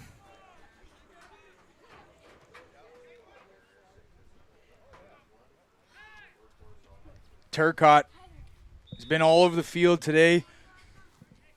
Had a really, really big tackle right in the hole. Yep. On Williams earlier, and some good defensive play by the Raftsmen. Santini under center, hands it off again. That's Justice Williams again with another carry. I'd put him somewhere around 25, 27 carries tonight. Oh, yeah, easily. Him and Tyrese Guy have carried a heavy load today. If we remember, the original score was a big pass over top the far strong side corner. Yep. And then that big punt return that brought them down to the 2. And they ran it in with a kind of quarterback fumble for another score. But here we go. Another handoff just off the left guard. And he nearly breaks that one in. That's Tyrese Guy on the carry. He's wrapped up. I didn't get a number there, but that's going to be a fresh set of downs deep in the Orleans territory. 2 minutes, 55 seconds left. Down by 14, Orleans is. You can see the energy is kind of sunken a little bit in this game at this point. they're going to need some quick hits and a little bit of luck from the football gods as the Warriors are starting to wind down the clock intentionally. Inside run again. Looks like number 23. So what's your thoughts on this Warriors quarterback, Santini? I think he's some guy to keep our eye on. I think he's got great composure. He's clearly kind of the field general in that offense. You can even see in some situations he's just managing the field very well. When he gave the hard counter, if he needs to make an audible, he's very vocal. I think he's just doing a very, very good job with his offense and kind of being the guy that they can look to and trust. And he's got some good guys around him to do that. And on the other side of the ball, what about this Sasha Turcotte player? What can you say about him, really? I think he's just got a nose for the football. He's very aware of where the ball is going. He makes great reads. He's made some great hits today. He's made some great stops on the short distances to hopefully swing momentum for his team. But he's definitely been an impact player in today's game.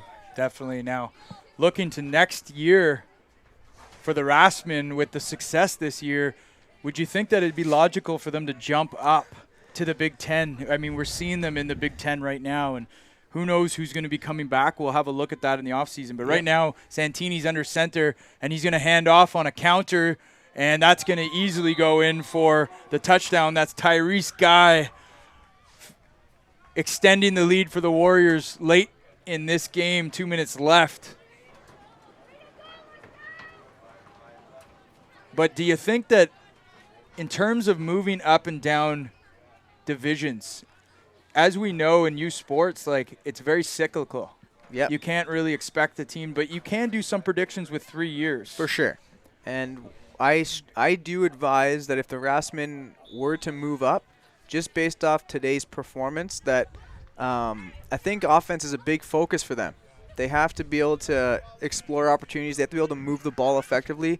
Because when you see the stronger teams in the division, like that West Ottawa Knights team, they spread the football. Mm-hmm. They run, they pass, they got short, long, they're hurry up. They're a top tier offense. They are, and they have a veteran, well seasoned and very talented quarterback. And really, you know, even at this level, we talk about the NFL and the CFL being a quarterback driven league. Yep. We're seeing in this new these two midget conferences, especially the Big Ten. Yep. You need a good quarterback to be able to get that ball into a lot of different people's hands. That's right. Even if it's not your best athletes, you need to be able to spread the football accordingly. Use the big guys short, the speedy guys in space, but you need to be able to get the football there, and you need to understand that it's a more developed league than they're used to. So here, let's just look at that last touchdown here before we go back to the kickoff. We look at that O-line seal the edge. And he just sniffs the pay dirt and gets in for the Warriors. But here we are back to live action on the kickoff. It will be an interesting playoff, Matt. I agree. Any predictions you care to put out there at this point? It's hard to say. Tyler and I were talking about the West Ottawa offense potentially getting themselves into trouble if the weather's bad. Yep. We said that at the beginning of the season. Right. If you're a pass-heavy offense, a day like today would be in their favor. But if it's snowing or raining, where the ball's a little slick, then you kind of have to have more assets in your offense, right? You can't just look to the pass or look to the run. You need to be a well-balanced offense. So in a weather-permitting game, that might be their issue. Now, the West Ottawa defense is pretty good. Oh yeah, and they're definitely it's not a one-dimensional team in any regard. Yep. The Giants, who lost it to the Norsemen last night, I think are really searching still for an identity. Okay. They pulled their starting quarterback after 3 interceptions in the first half and replaced him with Oliver Tetreault, who we know has played quarterback at the bantam level, but I don't think he's had many reps. Mm-hmm. And as soon as LaFleur went out, really that offense couldn't do anything. Right. So I don't I personally think the Giants have a long way to go to make it deep in the playoffs. The Norsemen, in my mind, are still kind of the question mark. They haven't looked great. Right. They played well on defense. They started last night with 3 turnovers in the first half, like I said. Yep. I think 2 of those balls were not Alex Lafleur's fault. Right. But the Norsemen still, they say that they're having trouble getting everyone to practice. They haven't really had a good practice. Okay. So you wonder, that team will be as good as all the players collectively agree that they want to be. Yep. And if that doesn't happen for them, then, there's not much that can be done. And the Eagles coming in as the last place seed for the Big Ten in Ottawa are really struggling this season. Yeah. They've had some issues with their coaches as well. So that team, I don't think, is in a position to really – I don't think they're in a position as a team to do anything in the playoffs. Yep. I think it'll be an early exit for them next weekend. And that will leave really West Ottawa to see how far they can go. Right. And if those Norseman guys can get themselves together, I'll tell you, just being maybe it's just me being a Bel Air kid, but we're not going to give you an easy victory. No. So and even if you do lose, you're going to feel it. You're going to feel it. They're going to take a few rounds out of you. Yeah. So here we go. With a minute left in the game, Rudders completes the pass over the middle to their tight end and alternate slot back Justin Marion, who's been a big offensive weapon this year. He's got 2 big touchdowns, including last week's touchdown. But time running out on the Orleans Raftsmen's first inaugural season here at Millennium Field. But you got to be super proud of these guys. I was talking to head coach Ron Raym. I've been talking to Christian Nally and Andrew Richardson. And there's an interception by Rudders over and to they fumbled. Wyatt Thomas. They do get it back, and guess who recovers that fumble again is Justice Williams, who had the last fumble on the strip. But that's going to be a turnover. And the LaSalle Warriors remind me of a familiar opponent when I played in the midget level. There was a short roster, 22 guys on that Nepean squad that we played against, and they ended up winning the entire thing in the midget division. Were they the Redskins at the time? They were. Okay. That was my last year there, but you got to give it up to these small roster teams. Like you just have a lot of athletes. Like those teams that develop teams with small amount of players have a lot of athletes on their team, and they can just hang in there, and they can make explosive plays as we've seen.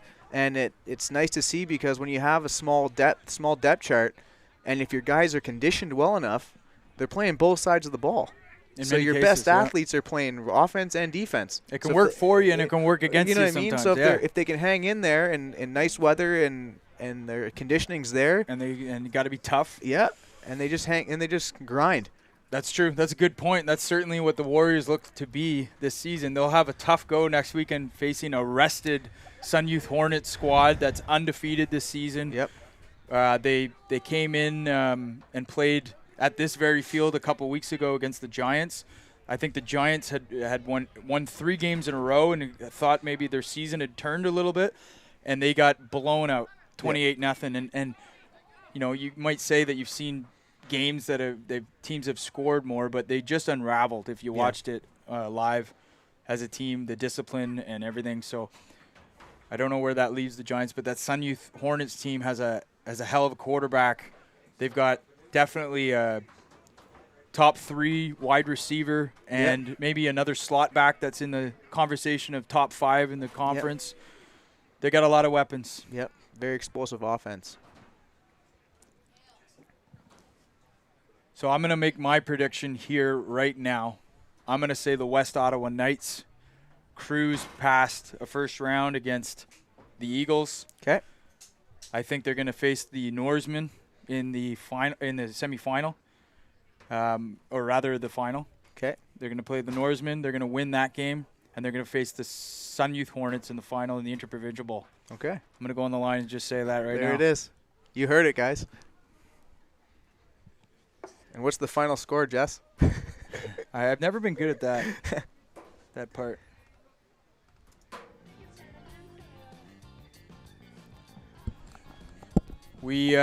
we have opened up a Patreon account. If you're not familiar with Patreon, it's a way to support content creators. You can donate as an individual, or we're going to get ready to set up some corporate partnership opportunities to help us continue to stream live games, broadcast these youth sports, especially in football, which is our love, and make sure that these athletes get the credit and the exposure that they deserve and keep them motivated to play in sports. Because, Maddie, sports, what has that meant to you in your life as being an athlete from the time of probably diapers? Well, in all fairness, being involved with the football community from my perspective is that my best relationships have come from that.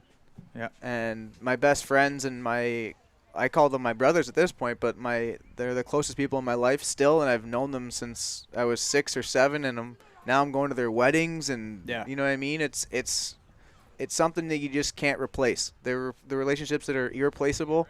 The contacts you make from a coaching perspective as a mature, like now you see your coaches and they're all seeing you, you're getting married, and they're happy for you. They're asking where your career paths have gone. And they're also great references. Well, they are. They can help you from a career. They can understand maybe there's a job and they can provide you the connection that you're looking for. Absolutely. You know, I just want to say too, as I get older, I'll be turning 35 in November. Yep. And now being able to coach with some older coaches and realizing that it really is a fraternity in Ottawa. I think we're blessed that we have such an amazing foundational development league, starting with Tyke. Absolutely. I saw a bunch of Tyke games today. The Raiders beat the Panthers at Tyke, and I was at that game. And you realize that we can care for these kids from the time that they're like 5 years old all the way up to now 18, and hopefully, if they want to play football and go on. But I think we're getting a little wrapped up, in my opinion, on like the next level and how far you can go. The truth is, most people will not play professional football. The lucky ones do for some time, and then it ends. And then after that, you can have an opportunity to come back to a community like this, coach or be on a team executive, give back to the kids, and really just, be able to interact with other coaches and like-minded people that came from the same upbringings as you. And it's a great thing. And I think it's important at this day and age to keep your mind on really what football can give these kids. I agree. We'll take you back field side for the conclusion of this game. This will be the last snap of the game. The LaSalle Warriors defeat the Orleans Raftsmen by a score of 28-7. And like Ron Raymond was saying, the head coach of the Raftsmen, anything that happened in this game, the season was still a success. Absolutely. I think the original rankings for the QMFL put the Raftsmen either at the last place or the second last place in that division. They climbed that division after the first game of the season. They lost by 3 points.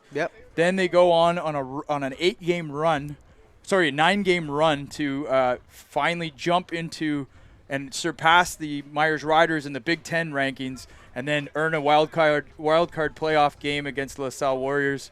And everyone's just shaking hands there, and they got to feel pretty pleased about them, not only an organizational standpoint, but as players and individuals. Absolutely. It's like you said, it's the first year for this Raftsmen's team, and new president, and to be put as essentially the lowest possible seed in the second division, but to come together and prove that, we can actually show up and play a football game in the Big Ten Conference.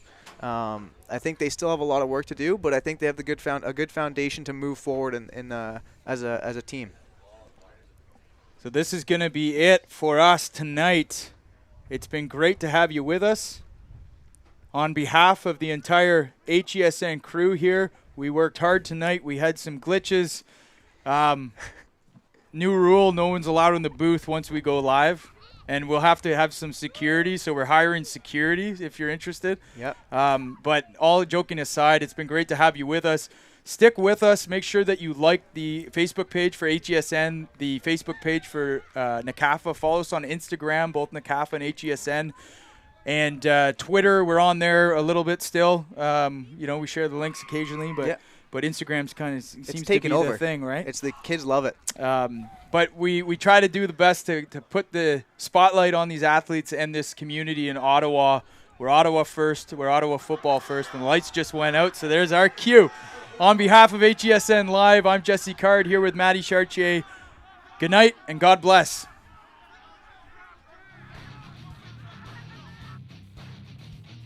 This broadcast is brought to you in part by Arturo's Restaurant.